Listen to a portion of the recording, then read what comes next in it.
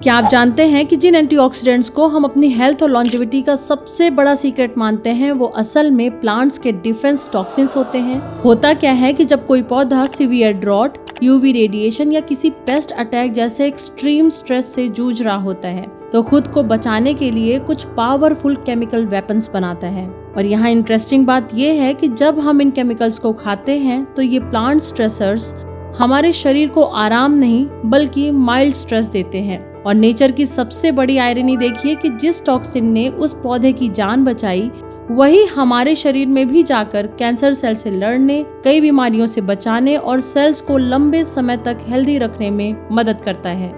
लेकिन यहाँ एक बहुत ही इंटरेस्टिंग सवाल आता है कि कैसे कोई प्लांट टॉक्सिन्स हमारे लिए इतना बेनिफिशियल हो सकता है। तो चलिए आज के इस वीडियो में जानते हैं आखिर क्यों प्लांट्स के इन टॉक्सिक केमिकल्स को एंटीऑक्सीडेंट कहा जाता है। क्या ज्यादा एंटीऑक्सीडेंट फूड लेना हमारे लिए हार्मफुल हो सकता है और सबसे पावरफुल एंटी एजिंग फूड्स कौन से होते हैं। बाहर धूप तेज है तो आप छांव में जा सकते हैं, पानी साफ नहीं है तो आप फिल्टर का पानी पी सकते हैं। ये सब ऑप्शंस हमारे पास अवेलेबल हैं लेकिन पेड़ों के पास नहीं। उनकी सेडेंटरी लाइफ की वजह से उन्हें उसी हार्श एनवायरनमेंट में रहकर सरवाइव करना पड़ता है। इसीलिए सेल्फ डिफेंस के लिए प्लांट्स कई तरह के टॉक्सिक केमिकल्स बनाते हैं जिन्हें बायोएक्टिव फाइटोकेमिकल्स कहा जाता है। जैसे ब्रोकली खुद को इंसेक्ट से बचाने के लिए सल्फोराफेन बनाती है, ब्लूबेरीज हार्श यूवी रेज और कोल्ड स्ट्रेस से बचने के लिए एंथोसाइनिन्स बनाते हैं, रेड ग्रेप्स फंगल इन्फेक्शन से लड़ने के लिए रेस्वेरेट्रॉल बनाते हैं, टोमेटोज इंटेंस सनलाइट और हीट स्ट्रेस में लाइकोपीन एक्यूमुलेट करते हैं। पहले ऐसा माना जाता था कि ये कंपाउंड्स सीधे फ्री रेडिकल से लड़ते हैं, लेकिन सच तो ये है कि ये फाइटर्स नहीं बल्कि एक मैसेंजर की तरह काम करते हैं। इसे समझने के लिए हमें बायोलॉजी के एक बहुत ही इंटरेस्टिंग कंसेप्ट को समझना होगा जिसे हॉर्मेसिस कहते हैं। जैसे जब हम एक्सरसाइज करते हैं तो हम अपनी मसल्स को थोड़ा सा तोड़ते हैं, उन पे स्ट्रेस डालते हैं, लेकिन इसके रिस्पॉन्स में हमारा शरीर उन्हें पहले से ज्यादा मजबूत बना देता है। यानी सही मात्रा में दिया गया थोड़ा सा स्ट्रेस हमारे लिए काफी फायदेमंद हो सकता है और इसी को हॉर्मेसिस कहते हैं। लेकिन जब ये स्ट्रेस किसी और स्पीशीज से मिले तब इसे जीनोहॉर्मेसिस कहा जाता है। और इसे समझने के लिए हमें थोड़ा सा इवोल्यूशन में जाना होगा। इवोल्यूशन के दौरान ऑर्गेनिजम्स ने एक कमाल की एबिलिटी डेवलप की दूसरे ऑर्गेनिज्म के स्ट्रेस मॉलिक्यूल को डिटेक्ट करने की।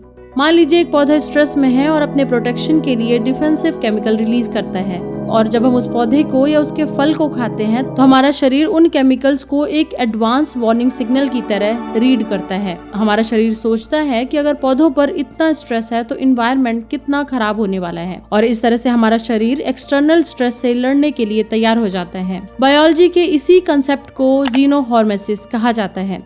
कॉन्ड्राटी, हार्वर्ड्स एंड डेविड सिंक्लेयर जैसे साइंटिस्ट द्वारा अर्ली 2000s में प्रपोज की गई ये हाइपोथेसिस आज एंटी एजिंग साइंस का कोर बन चुकी है। अब यहाँ एक सवाल आता है कि आखिर ये प्लांट केमिकल्स हमारे सेलुलर लेवल पर क्या चेंजेस करते हैं।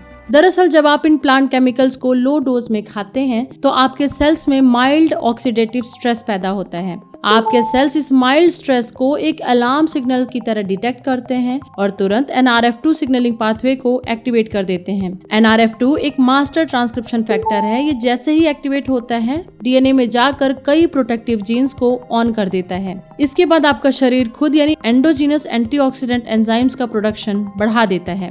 फिर ये एंजाइम्स मिलकर इन्फ्लेमेशन को सप्रेस करते हैं, माइटोकॉन्ड्रिया डैमेज कम करते हैं और सेल की सर्वाइवल कैपेसिटी बढ़ाते हैं। यानी प्लांट फाइटोकेमिकल्स सीधे एंटीऑक्सीडेंट्स की तरह काम नहीं करते बल्कि आपके शरीर के डिफेंस सिस्टम को एक्टिवेट करके उसे खुद पावरफुल एंटीऑक्सीडेंट्स बनाने के लिए स्टिमुलेट करते हैं। लेकिन यहाँ एक इम्पॉर्टेंट पैराडॉक्स भी है कि जो कंपाउंड्स लो या मॉडरेट डोज में हेल्थ बेनिफिट्स देते हैं वही हाई डोज में टॉक्सिक भी हो सकते हैं। अगर NRF2 बहुत ज्यादा एक्टिवेट हो जाए या परमानेंटली ऑन रहे तो इसका सबसे ज्यादा फायदा कैंसर सेल्स उठाते हैं। कैंसर सेल्स इस ओवर एक्टिव एंटीऑक्सीडेंट शील्ड का इस्तेमाल करके खुद को कीमोथेरेपी और रेडिएशन से बचा लेते हैं। इसे साइंस में NRF2 एडिक्शन कहा जाता है। ज्यादा क्वांटिटी में सिंथेटिक एंटीऑक्सीडेंट सप्लीमेंट्स लेने से आप कैंसर सेल्स को इमोर्टल होने में मदद कर सकते हैं, जिससे वो ट्रीटमेंट के अगेंस्ट रेजिस्टेंट भी बन सकती है। As the father of toxicology, Paracelsus said in the 16th century, all substances are poisons.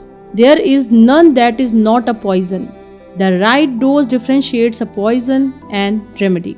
इसलिए एंटीऑक्सीडेंट रिच फूड एक आधा सच है। असल में हमें वो खाना चाहिए जो हमें सही मात्रा में माइल्ड स्ट्रेस दे सके। बायो अवेलेबल और नेचुरल फॉर्म यानी होल प्लांट फूड्स हमेशा सप्लीमेंट से कहीं ज्यादा सेफ और इफेक्टिव होते हैं। ध्यान दें, जिस प्लांट ने जितना ज्यादा स्ट्रेस झेला होगा उसका एंटीऑक्सीडेंट इफेक्ट उतना ही स्ट्रॉन्ग होगा। तो अगर आप भी एंटी एजिंग, एंटी इन्फ्लेमेटरी और एंटी कैंसर इफेक्ट चाहते हैं तो उन फूड्स में ज्यादा फोकस करें जो नेचुरली NRF2 को एक्टिवेट कर सकें, जैसे cruciform vegetables, specially broccoli sprouts. इनमें पाए जाने वाला बायोएक्टिव फाइटोकेमिकल सल्फोराफेन सबसे पावरफुल NRF2 एक्टिवेटर माना जाता है। दूसरा टर्मरिक, इसमें एक्टिव कंपाउंड करक्यूमिन होता है। ये सेल्स में जाकर माइल्ड स्ट्रेस सिग्नल देता है जिससे ग्लूटाथियोन जो स्ट्रॉन्ग एंटीऑक्सीडेंट एंजाइम है उसका प्रोडक्शन बढ़ जाता है। बेरीज एंड रेड ग्रेप्स, इनमें एंथोसाइनिन्स और रेस्वेराट्रोल होते हैं जो ऑक्सीडेटिव स्ट्रेस और इन्फ्लेमेशन को कम करने में मदद कर सकते हैं।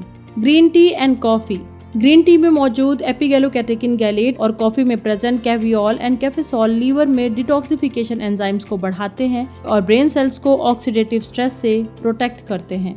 गार्लिक एंड अनियंस, लहसुन और प्याज जब काटे या कुचले जाते हैं तो खुद को सॉइल बैक्टीरिया और पेस्ट से बचाने के लिए एलिसिन और क्वेरसेटिन जैसे सल्फर कंपाउंड्स रिलीज करते हैं। ये कंपाउंड शरीर में जाकर हैवी मेटल्स को डिटॉक्सिफाई करने वाले NRF2 ड्रिवन एंजाइम्स को बूस्ट करते हैं। साथ ही लोकल और सीजनल पौधे अपने नेचुरल एनवायरनमेंट से सीधा फाइट कर रहे होते हैं, इसलिए उनमें प्रोटेक्टिव स्ट्रेस मॉलिक्यूल भी पीक पर होते हैं। लेकिन लंबे ट्रांसपोर्ट और हफ्तों के कोल्ड स्टोरेज में ये डेलिकेट केमिकल्स डिग्रेड हो सकते हैं। इसलिए ज्यादा बेनिफिट के लिए फ्रेश और लोकली ग्रोन चीजें लेना एक अच्छा ऑप्शन हो सकता है।